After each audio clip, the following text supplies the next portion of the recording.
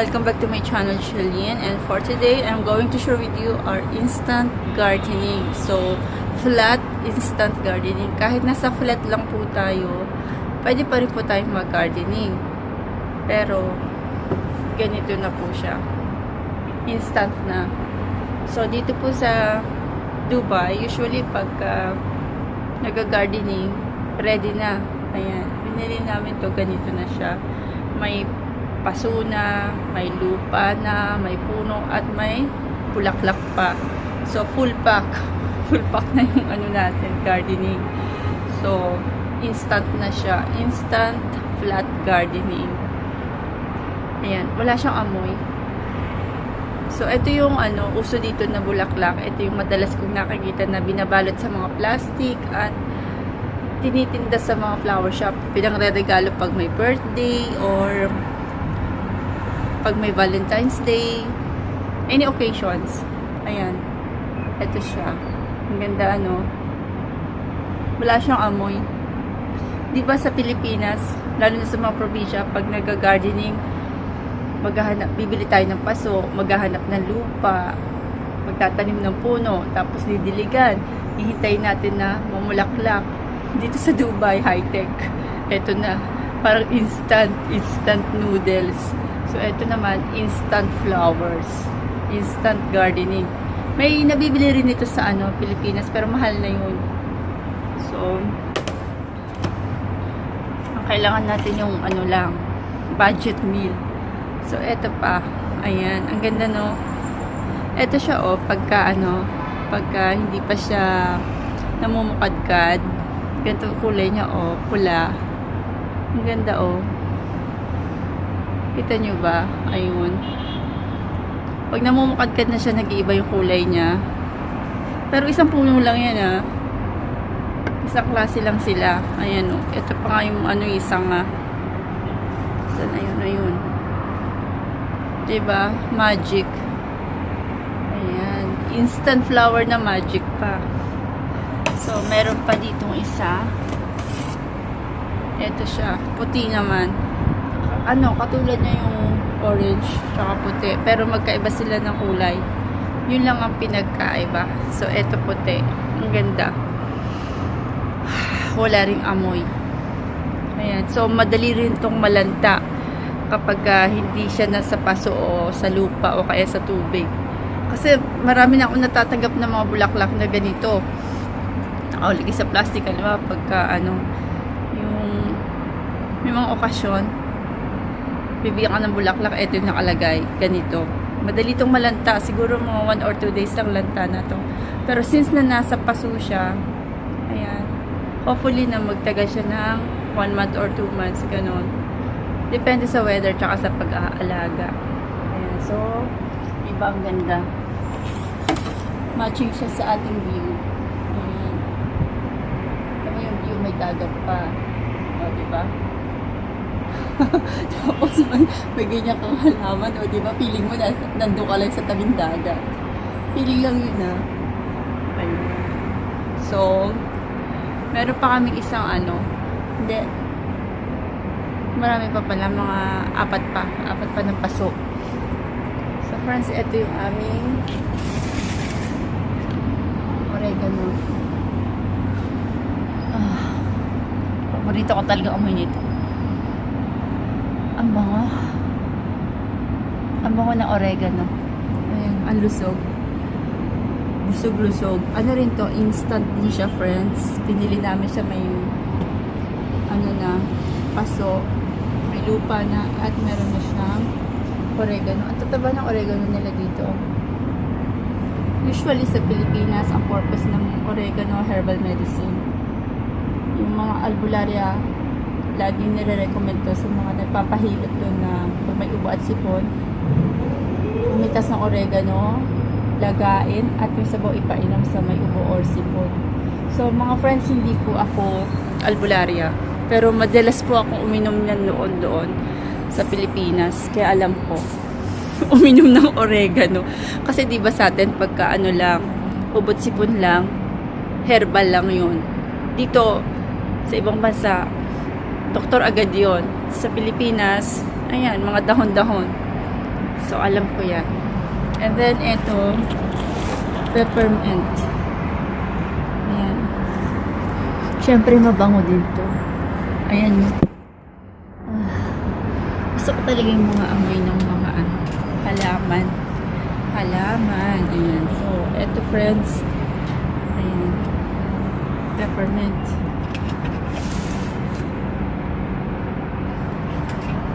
Ang purpose naman yan, pag nagtiti, kasi uso dito yung shy sa Middle East. So, pag nagtiti kami, pipitas na lang kami dyan. Madali rin niya malanta pag wala sa paso.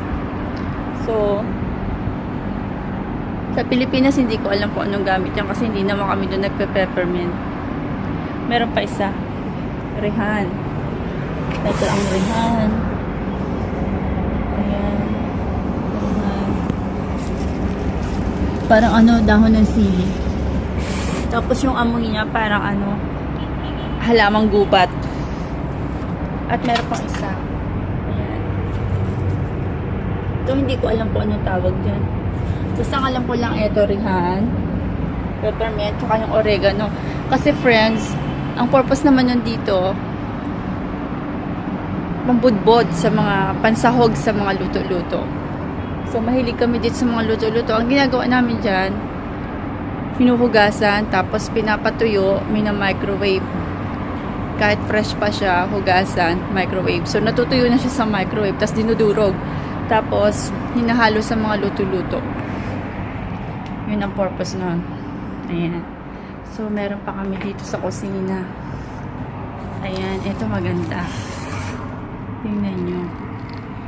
Kung ano yan. Kung anong bulaklak yan. May amoy ba to? Wala tong amoy. Hindi namin alam kung anong tawag sa bulaklak na yan. Pero maganda siya. Tingnan mo, oh. Dito pala yun. Teka lang. Dito ba yun? Kita nyo ba? Ayun. Diba?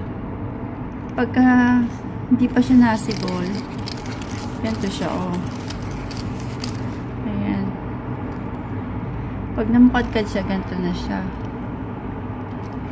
Ayan siya, oh. Ang ganda, parang white rose na maliliit. Diba? Hindi namin alam kung anong tawag yan, pero ito yung maraming binibenta dito na ganito. Kaya ito yung binili. So, ito friends, magic din to eh. Tingnan mo yung dahon niya. Puti. Diba? Ganito siya magdahon. Una, ganito muna. Ito yung bunga niya. Pinaka-flower niya ito. Tapos ito yung dahon niya, puti. Pag tumatanda na yung dahon na yan, ito na siya. Nagiging very green. May amoy din siya, halamang gubat. Amoy halamang gubat. So, ayun. Ito, napaka-sensitive nito. Ito. Yung halaman na to. Ayaw niya nang may katabi siya. Gusto niya solo niya ang space. Pero di kami friends. Aloe vera. Ito ang pambansang halaman sa disyerto. Ayan. Usually talaga pag disyerto may aloe vera o cactus. Kasi nabubuhay sila sa maiinit na temperature. Ayan. So, di ba maganda? Ayan. So, kung bubuksan pa natin itong itong bintana. Ito nga. Pakita ko sa inyo. Ayan ang view. Aloe vera. Yung magic na dahon. Ito, hindi ko alam ang pangalan. So, ayan ang view, di ba? Tapos, ito yung bintana namin. Yan. Pag sasarado mo siya, o diba, maganda pa rin. Pag binuksan mo siya,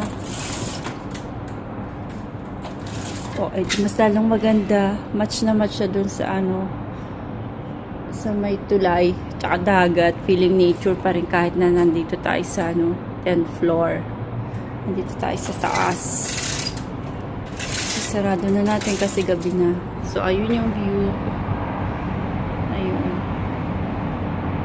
Yun lang ang maganda sa mga flowers dito kasi may mga view.